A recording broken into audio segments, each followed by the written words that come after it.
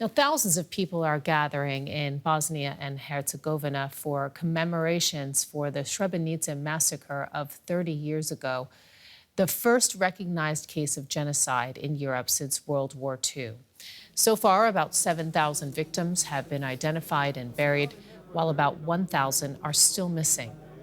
The remains of 7 victims of the massacre are to be laid to rest during today's official commemorations. Located in the east of Bosnia and Herzegovina, Srebrenica was overrun by Bosnian Serb fighters in 1995. More than 8,000 Bosniak Muslim men and boys were executed in just several days.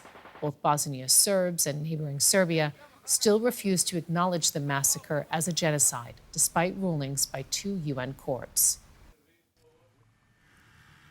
It was on this path that Bosnian Muslim men and boys set out to escape Srebrenica after the town fell to Bosnian Serb forces. Hunted down and executed in the surrounding woods, their bodies were dumped in mass graves.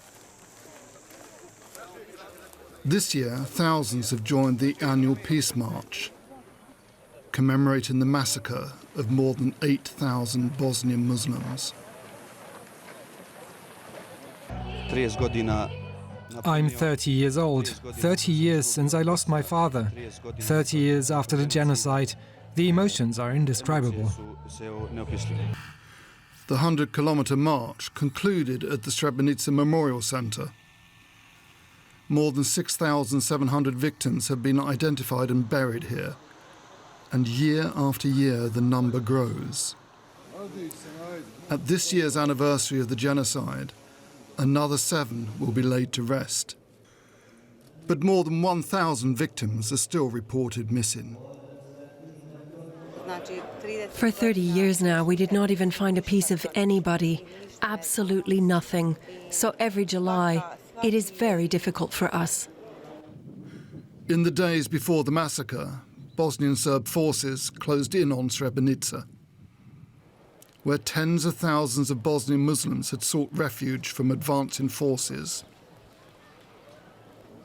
The area was a UN-declared protected zone, but the lightly armed blue helmets couldn't deter the Serbian forces, who moved to occupy the town and later committed the atrocities. UN courts have ruled they constituted genocide, but many Bosnian Serbs and the state of Serbia refuse to recognise that. DW political correspondent Bernd Riegert is at the German parliament where a Srebrenica commemoration is taking place. He gave us more. Well, 2 survivors of the atrocities were in the plenary.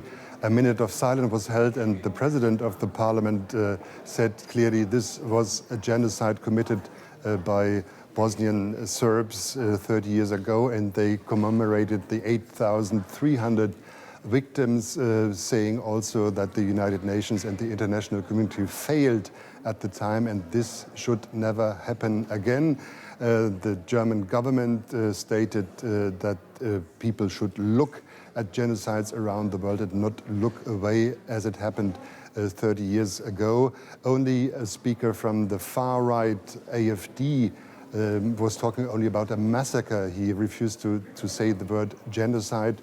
And is following the narrative of the Bosnian Serb leadership and also the government of Serbia that led to protests here in the plenary, and finally the president of the parliament declared again it was a genocide, full stop. Talk with us about the importance, especially of this commemoration for Germany itself. Well, Germany is tackled because there's a huge community of people that fled the war in the 90s, Bosniaks, but also Croats and also Serbs. And so the community of the Bosniaks here in Germany wants more awareness about this genocide 30 years after the war. It is still not over. The reconciliation in the region and also amongst the groups here is not done. So there are several commemorative events today in Germany and actually also around the world.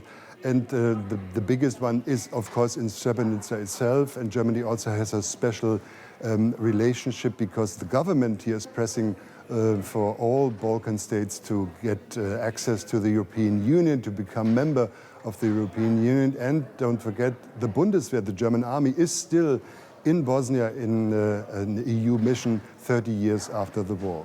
Correspondent Bernd Riegert, thank you. Well, for more on this, I'm joined now by Eric Gordy. He's a professor of political and cultural sociology at University College London. He wrote a book about Serbia's post-war legacy with a focus on the country's denial of war crimes and responsibility. Welcome to the program. Eric, the Serbian government, led by President Vučić, denies that genocide was committed at Srebrenica. It's worth noting that Vučić was the Serbian Minister of Information during the Milosevic regime back then. Tell us more about how Serbia today is dealing with the legacy of the war and Srebrenica in particular. The official line of the government is to say that it was not a genocide, it was a horrible crime. And on the face of it, this maybe doesn't sound so terrible. It sounds as though maybe they're offering a kind of compromise understanding, but they don't specify what sort of crime it was. And they don't acknowledge many of the details, including the numbers or the procedures by which the genocide took place. In addition to this, I mean, one thing that you have to understand is as much official line is horrible crime, there are a number of semi-official and unofficial lines that are tolerated and promoted, which are either celebrating the crime and the people who committed the crime, or denying or minimizing the facts. So all of these currents are present at the same time. For example, today, when a group of nationalist right-wingers will be holding a ceremony to promote what they call the liberation of Srebrenica, several civil society groups are also organizing in a display of remembrance. They will be showing handkerchiefs in symbolic recognition of the victims, lighting candles and showing films. So it remains a very contentious issue in society, which has still not achieved a kind of consensus as to whether there is a responsibility to confront the violence of the 1990s. It's been 30 years since the genocide in Srebrenica. Are people in Serbia more willing to confront their past as time goes by? And what role is the media playing in Serbia with respect to these commemorations? The dominant media is very much in the current of denial. If you look at the leading pro-regime newspaper today, Politica, they have an article arguing that Srebrenica is being used as a weapon against Serbia, a symbolic weapon to prevent it from achieving its political goals. So that's the official line. What happens on the level of the public? I think there is. There are people who consider that they cannot come to terms with the experience of the past until they have a full understanding and full revelation of what's happened. There are also people who say, this has nothing to do with me. This is something that was done in the past. One thing that you have to consider, it's 30 years since the genocide in Srebrenica. If you look at 30 years from the end of the Second World War, think about Europe in 1975. The world had changed so much, the environment had changed so much between 1945 and 1975. New European institutions were being built, new values were being promoted.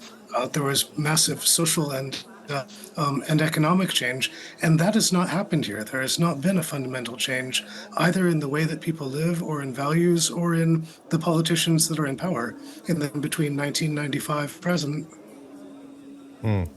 So what do you think needs to happen in order for some common ground to be found for the various factions in Serbia and in the region in general, Bosnia and Herzegovina, to move forward together?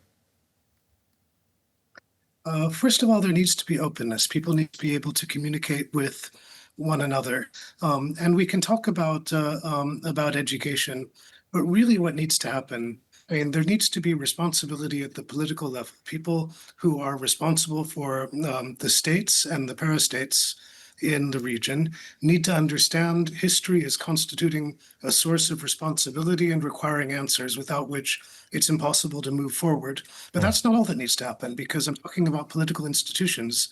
These are institutions that everywhere in the region enjoy very low levels of trust. What's genuinely needed is engagement by institutions that people trust the most. And those institutions are education, religion, and culture to really address people in a way that that fulfills the role of these institutions. These are the institutions that mediate between individuals and their knowledge and their conscience and their understanding. Right. Eric, thank you very much for talking with us today and filling us in on all that. Eric Gordy, a professor of political and cultural sociology at University College London.